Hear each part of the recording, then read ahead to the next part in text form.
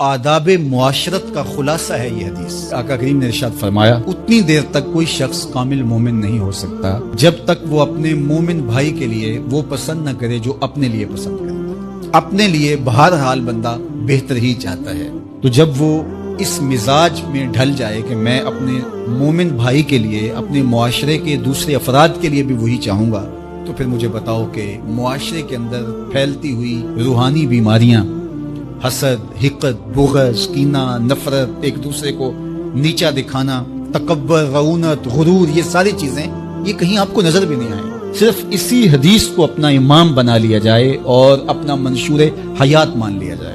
کچھ لوگ سمجھتے ہیں کہ زور سے بولیں گے تو لوگوں کے اندر بات اترے گی، ایسا نہیں ہے۔ بات زور سے بولنے سے نہیں اترتی، بات دلیل سے اترتی۔ رومی علیہ رحمہ فرماتے ہیں کہ بادلوں کے گرجنے سے نہیں، پھول کھلتے ہیں بارش کے برسنے سے۔ تو بارش برسے گی تو پھر پھول کھلیں گے، بلکہ وہ جتنی آہستہ آہستہ برسے گی اتنی ہی جذب ہوتی چلی جائے۔ سہج پکے سو میٹھا ہو۔